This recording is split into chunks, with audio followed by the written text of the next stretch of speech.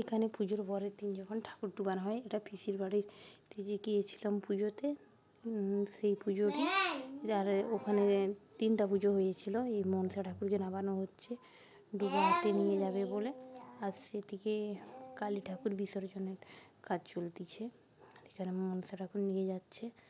আর বিসর্জনে এখানে সম্পূর্ণ আলাদা বিসর্জন দিয়ে, মানে কনকাঞ্জলি দিচ্ছে, কনকাঞ্জলিটা এখানে সম্পূর্ণ আলাদা একদম হচ্ছে। আর এখানে ঠাকুরকে কী করছে, উপর থেকেই ছুড়ে দিয়েছে, পুকুরে নেবে আর করেনি।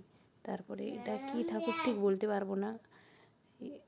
এবার এই ঠাকুরটা ডুবানো হবে। সেদিকে এখনও কালী ঠাকুরের কনকাঞ্জলি চলছে।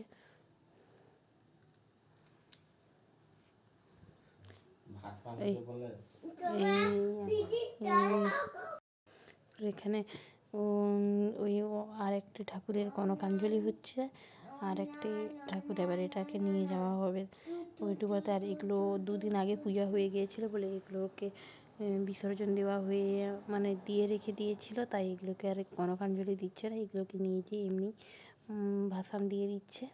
আর সেদিকে সেটা কনকাঞ্জলি চলছে।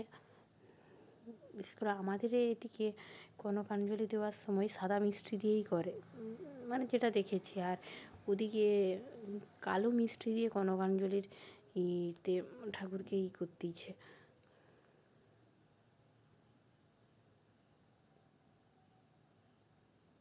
সবাই মিলে এই পুকুরে নিয়ে যাচ্ছে ঠাকুরকে ভাসানো হবে বলে।